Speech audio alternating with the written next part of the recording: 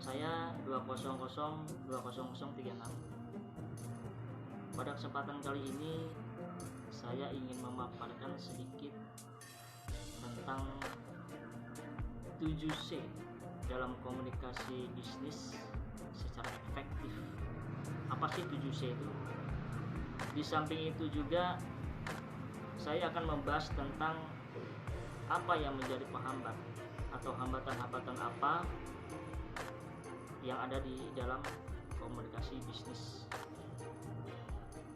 Dan poin yang ketiga, saya juga akan menerangkan secara singkat cara untuk mengatasi hambatan tersebut sehingga dalam menjalankan komunikasi bisnis bisa berjalan dengan baik dan benar.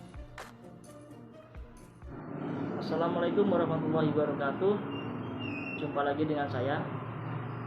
Baiklah, saya akan melanjutkan pembahasan saya tentang komunikasi efektif.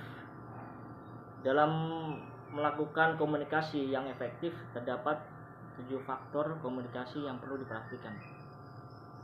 7 faktor komunikasi ini sering disebut dengan 7C komunikasi, atau dalam bahasa kerennya 7C of communication. Sebelum kita membahas tentang 7C, baiknya kita memahami apa itu komunikasi secara umum. Komunikasi dapat didefinisikan sebagai pengiriman dan penerimaan pesan atau berita, baik dilakukan oleh 2 orang ataupun lebih, sehingga pesan yang dimaksud dapat dipahami dengan baik. Pada dasarnya, dalam berkomunikasi bisa dilakukan baik di rumah, di kantor, di tempat rekreasi, dimanapun tempat kita berada, kita bisa melakukan komunikasi secara interaktif dengan individu yang lain. Namun dalam komunikasi tersebut tidaklah mudah. Mengapa hal demikian bisa dikatakan tidaklah mudah? Karena informasi atau pesan yang diinginkan terkadang tidak dapat diterima atau dimengerti oleh individu yang lain sesuai dengan apa yang kita harapkan. Nah, inilah yang menyebabkan terjadinya miskomunikasi dan kesalahpahaman maupun memiliki kesan yang salah. Banyak terjadi kesalahpahaman terhadap komunikasi. Maka untuk melakukan komunikasi yang efektif terdapat 7 faktor yang harus diperhatikan. Yang pertama yaitu clear atau jelas, yang mana ketika kita berbicara atau sedang menyampaikan pesan dengan orang lain, pastikan kita menyampaikan pesan atau tujuan tersebut secara jelas dan mudah dipahami. Pastikan juga seluruh objek dalam komunikasi kita sampaikan secara detail. Dalam komunikasi, kurangi juga jumlah kata-kata yang memiliki berbagai makna ganda, yang mana hal ini akan bisa membingungkan orang lain sehingga bisa memiliki makna ganda dalam persepsi sebuah interaksi. Yang kedua yaitu concise atau ringkas. Ringkas maksudnya di sini yaitu komunikasi harus dapat disampaikan seefektif mungkin. Termasuk di dalam penggunaan kata-katanya juga harus efektif, seefektif mungkin. Kurangi penggunaan kata-kata repetitif ketika kita sedang berkomunikasi dengan orang lain.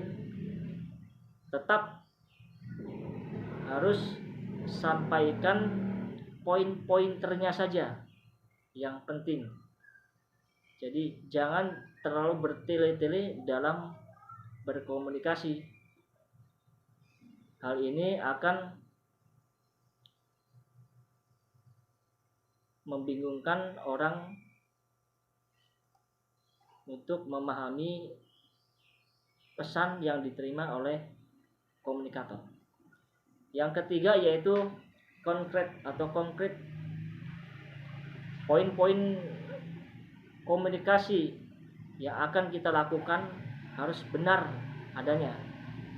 Pesan yang disampaikan harus konkret sehingga lawan bicara kita memiliki gambaran detail yang jelas mengenai pesan yang telah kita sampaikan.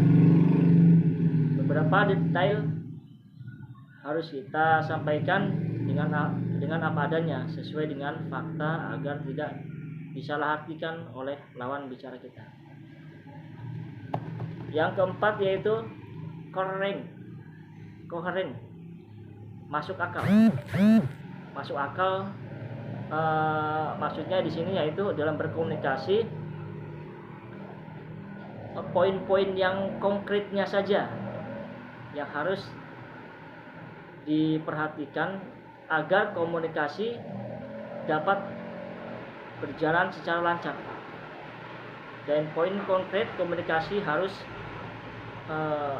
secara logis atau masuk akal sehingga poin dan pesan-pesannya terhubung satu sama lain dan memiliki hubungan dengan topik utama yang sedang kita sampaikan, sehingga pesan yang kita sampaikan tetap konsisten dan lawan bicara kita tidak merasa kebingungan dengan pesan yang kita berikan. Yang keenam, yang keenam yaitu komplit atau lengkap. Lengkap di sini maksudnya yaitu kelengkapan sebuah pesan juga menjadi salah satu keharusan dalam tata cara berkomunikasi secara efektif. Lawan bicara kita mendapatkan seluruh informasi dan data yang telah kita berikan, sehingga respon yang nantinya akan mereka berikan akan sesuai dengan pesan kita. Segala subjek, objek dalam sebuah pesan komunikasi kita harus tersampaikan semua, mulai dari nama, tempat, tanggal, semuanya harus lengkap. Yang ketujuh yaitu courteous atau sopan. Maksudnya sopan di sini yaitu lebih fokus kepada nilai etika pribadi mungkin ya. Nilai etika juga penting dalam komunikasi efektif. Mengapa? Karena komunikasi tersebut harus bersifat terbuka, jujur, dan bersahabat. Nilai kesopanan ini memegang kunci penting ketika kita sedang berkomunikasi dengan pimpinan sebuah perusahaan atau orang yang lebih tua dari kita. Bisa orang tua, bisa atasan kita yang lebih tua, atau bisa mitra kerja kita. Kesopanan tersebut akan menjaga komunikasi tetap pada jalurnya. Nilai kesopanan ini juga dapat membuat kita tetap bisa memperhatikan sudut pandang dari lawan bicara kita. Mungkin itu faktor-faktor dalam komunikasi efektif yang bisa saya sampaikan. Semoga bermanfaat. Assalamualaikum warahmatullahi wabarakatuh.